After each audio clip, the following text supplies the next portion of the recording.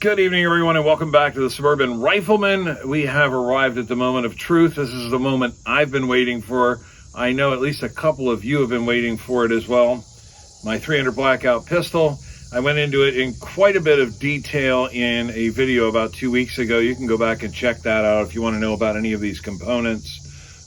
Two things I have added since that are a Radian Raptor charging handle. I did a short about that over the weekend. Some of you may have seen that already. And I added in an ambidextrous safety. I'm not sure how I feel about this. I never realized why so many of these ambidextrous safeties are sort of asymmetrical. They're much lower profile over here. And that is because when the safety's in the fire position, if you're gripping your pistol grip the way it was intended to be, you've got this rather bulky and somewhat sharp thing bearing against the inside of your index finger. And it's a little bit nasty. I'm not sure how I like this. I may go back to a right-handed only safety, or maybe try a different ambidextrous safety. We'll see. But anyway, I have yet to fire this thing. I got my fingers crossed. I hope it'll shoot well. It's a bit of a conundrum how to shoot it. We all know how we would like to shoot our AR pistols, but at the end of the day, they are pistols, and we don't want to get ourselves in trouble. I'm not saying you would get in trouble shooting this like a cheek pistol or something, but I'm going to try. These are just my initial shots to see if we can get on paper, and I'm only shooting at 25 yards initially. We're going to try shooting off of this good old-fashioned plastic MTM pistol rest, the same way I would shoot my 357 or my 41 mag, and we'll see how it goes. I have no idea what the recoil of this is going to be like, but mostly I want to see if I can get the red dot on paper, and I also want to see where I'm ejecting brass. I want to see if this thing looks like it's overgassed, undergassed, whether I maybe need a heavier buffer or a lighter buffer, or what. We don't know. I don't know if it's going to function at all. So anyway, I've talked long enough. Let's see this thing shoot. I have the video framed so that you can see a fair bit ahead of the muzzle of the pistol. The KAK flash can on here, as the name implies, is not really for flash mitigation. It projects all of the flash and the muzzle blast forward. So we'll see how it goes. One round at a time. This is a bit awkward, but we'll see how it goes.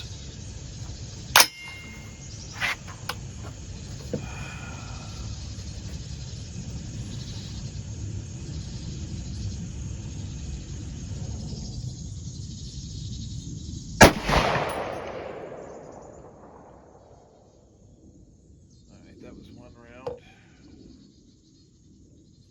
The bolt locked open, that's a good thing.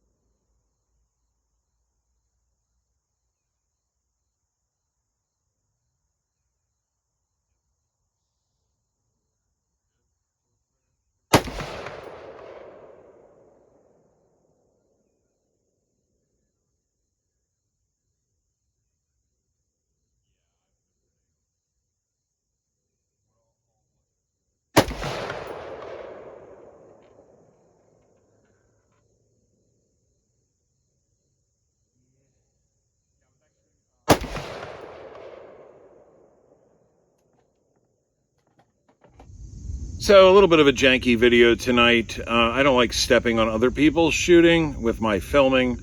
That's why I changed the camera angle. Another guy came to shoot just as soon as I got started filming this video. But anyway, I managed to confirm a few things about the new pistol.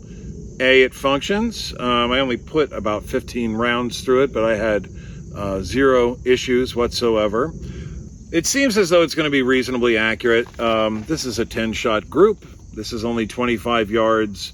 I didn't really want to waste any more ammunition.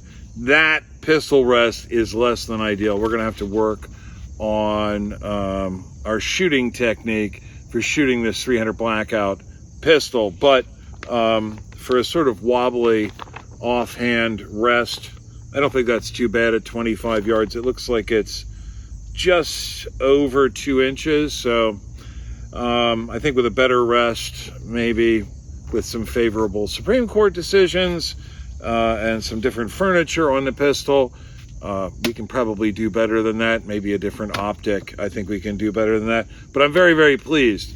It shot well considering my weird technique, and it functioned absolutely reliably.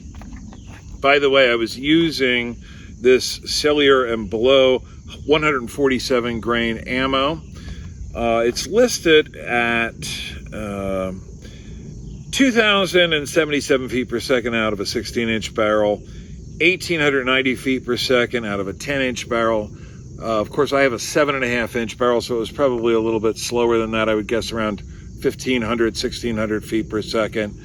The pistol did not appear to be overgassed or undergassed. If anything, maybe a little bit undergassed. It was throwing my empties at maybe 5 o'clock. I know 4:30 is sort of the edge of the good zone for your ejection pattern, but I could put a slightly lighter buffer in there. One thing I learned is that this Cellular and Blow ammo is pretty darn hot. I didn't see any major deformation of the cases or anything, but these primers are really, really flattened. But that is not particularly surprising, considering that this is Czechoslovakian ammo. Cellular and Blow ammo tends to be quite hot. When I went hunting in Africa in 2012, and I had an 8mm Mauser with me, I took some Cellular and Blow 8mm Mauser ammo, and after what it did to a spring buck, my dad was referring to that ammunition as the Czechoslovakian rifle grenades. So I'm not surprised that the Cellular and Blow is as hot as it is, but I think I might go with a different ammo in the future. So we'll be seeing more of this pistol in the future. I want to work on some other videos. I've got some parts coming in for the rifle that was giving me such frustration in the last video, so I want to start working on that. But anyway, I'll be back here again soon, and when I am, I hope to see each of you here then. Later, guys.